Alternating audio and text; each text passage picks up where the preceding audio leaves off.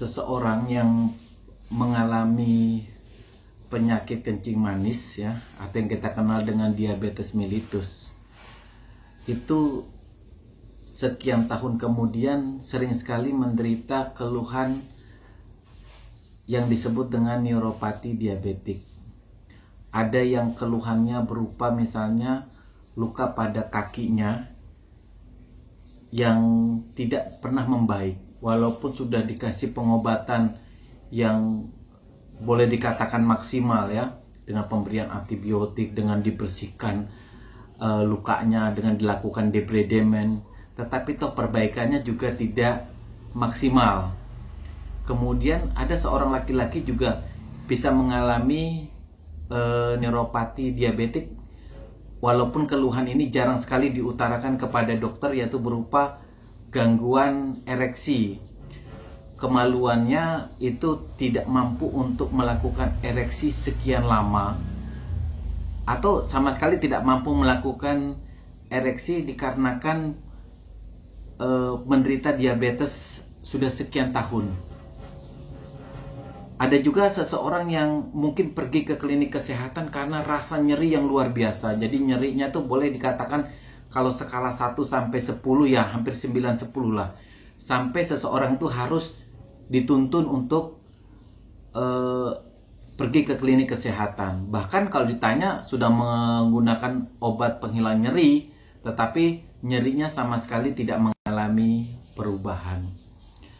Mari kita berbicara tentang patofisiologi seseorang diabetes sampai bisa terkena penyakit neuropati diabetik. Seorang penderita diabetes itu disebabkan karena kemampuan pankreasnya tidak mampu menghasilkan sejumlah insulin. Padahal insulin ini penting untuk menyuplai bahan baku ya, berupa gula darah ke dalam sel untuk digunakan sebagai energi. Nah, yang disebut dengan organ yang membutuhkan ini diantaranya adalah jantung, ginjal, kemudian paru-paru, dan semua organ lah, termasuk salah satunya adalah saraf tepi. Nah, saraf tepi yang kita bicarakan kali ini itu banyak ya, paling banyak itu nanti diderita pada saraf kaki, walaupun keluhannya bisa di tempat lain, misalnya kelainan pada mata, kelainan pada ginjal, kelainan pada usus besar, itu kegangguannya. Yang umumnya seorang penderita diabetes keluhan itu adalah gangguan ada luka atau sensasi yang tidak biasa, yang nyeri, yang berada terutama di bagian kaki. Nah, ketika saraf ini tidak mendapatkan sejumlah kalori yang disebabkan karena produksi insulinnya yang kurang, itulah mulai timbul kerusakan-kerusakan pada saraf tepinya. Sama saya ibaratkan seperti ini ya, kalau kita seorang penderita diabetes, ada meja makan. Meja makan itu penuh dengan makanan. Nah, saya ilustrasikan meja itu sama dengan keadaan pembuluh darah. Kalau makanannya banyak berarti gula darahnya tinggi. Dan di antara meja itu ada kursi. Nah, kursi itu diduduki oleh misalnya 3 orang lah. Saya ibaratkan 3 orang itu adalah jantung, kemudian ginjal, dan kemudian saraf tepi. Jika ginjal, jantung, saraf tepi ini makan makanan di dalam meja itu, maka jumlah makanannya akan berkurang. Jantungnya karena mendapatkan makanannya, saraf mendapat makanan, ginjal mendapat makanan, maka semuanya baik-baik saja. Jantung tetap bisa bekerja, saraf tetap bisa bekerja, ginjal tetap bisa bekerja. Pada penderita diabetes, ilustrasi saya itu diibaratkan dengan bahwa jantung, orang yang menjadi jantung, orang yang menjadi ginjal, dan orang yang menjadi saraf tepi itu tangannya saya ikat. Kalau mereka saya ikat, tentu mereka tidak bisa makan makanan yang ada di atas meja. Jadi makanan itu tidak berubah tetap banyak. Tetapi yang terjadi pada orang-orang yang berperan sebagai organ tubuh itu akan mengalami kelaparan. Jika dia lapar, maka yang terjadi adalah pasti mereka berbicara, berteriak, lapar. Karena respon lapar inilah maka cadangan makanan yang ada di lemari itu diambil lagi, ditaruh di meja. Makanan yang ada di meja itu bertambah banyak. Tapi tetap saja orang yang berperan sebagai organ tubuh itu tidak bisa makan. Sehingga makanan yang di atas meja itu basi sehingga harus dibuang. Akibatnya cadangan makanan yang di dalam lemari makin lama makin habis. Berat badan seseorang bisa mengalami penurunan. Tetapi yang terjadi pada organ tubuh itu tetap saja dia makin lama makin lapar dan akhirnya bisa timbul kematian pada orang tersebut. Nah, kalau ilustrasi kita samakan dengan tubuh kita, saraf tepi yang tadi mengalami masalah mungkin diawali dengan keluhan yang sifatnya ringan, cuma berupa kesemutan, rasa tidak enak di ujung-ujung jari lah. Kemudian, jika itu tidak diantisipasi atau tidak segera diperbaiki, itu akan terjadi yang namanya perubahan sensasi berupa nyeri yang makin lama makin hebat.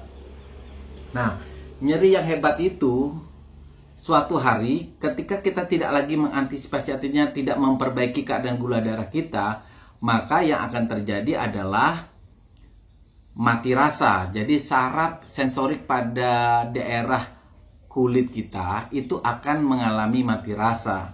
Nah, saraf yang mati rasa ini sama dengan sarafnya sudah tidak berfungsi, sehingga kalaupun kita pada saat kejadian itu mau mengembalikan gula darah, itu sebenarnya perbaikannya sangat susah sekali. Kemudian habis tahap mati rasa, mungkin saraf motoriknya akan kena. Pasien akan mengalami yang namanya kelumpuhan. Jadi tahap-tahapan inilah yang harus kita cegah, jangan sampai pasiennya memasuki tahapan mati rasa atau kematian daripada saraf motorik sehingga pasiennya tidak bisa berjalan sama sekali.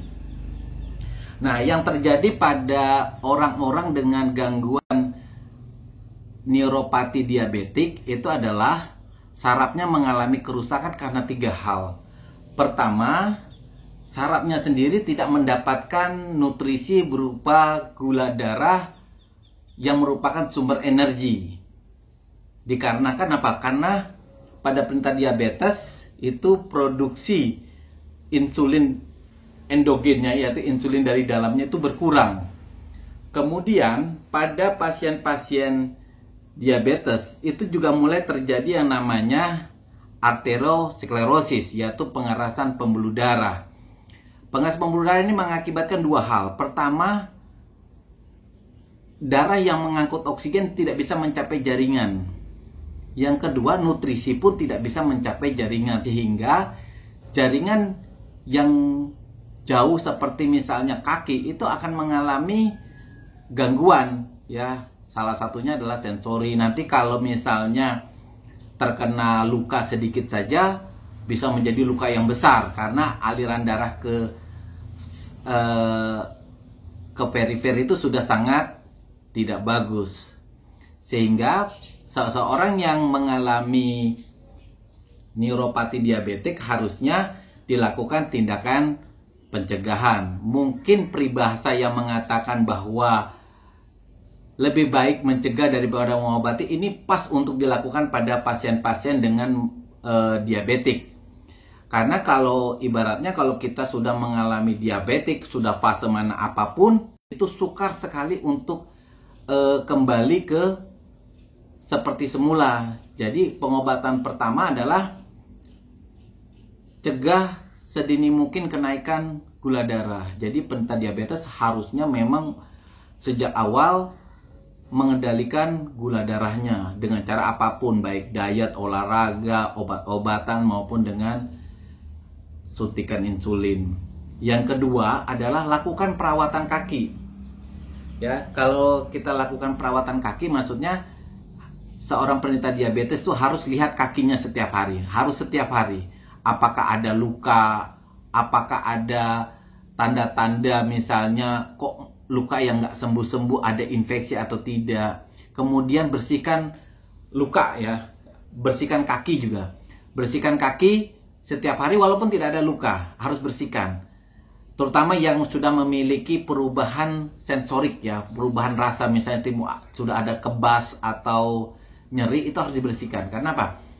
Jika ada satu luka sedikit saja, kulit itu merupakan sumber infeksi ya. Ada di permukaan kulit itu ada kuman yang mungkin kalau kita tidak bersihkan, kemudian ada luka, kuman itu akan masuk dan kemudian dia berkembang. Yang ketiga memang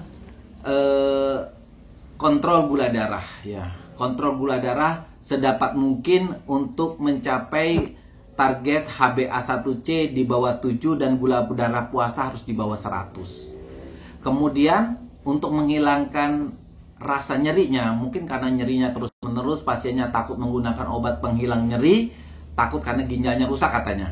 Nah, pakai penghilang nyeri biasanya dokter menggunakan antidepresan, kemudian anti kejang ya, namanya gabapentin, pregabalin, kemudian ada salep penghilang nyeri.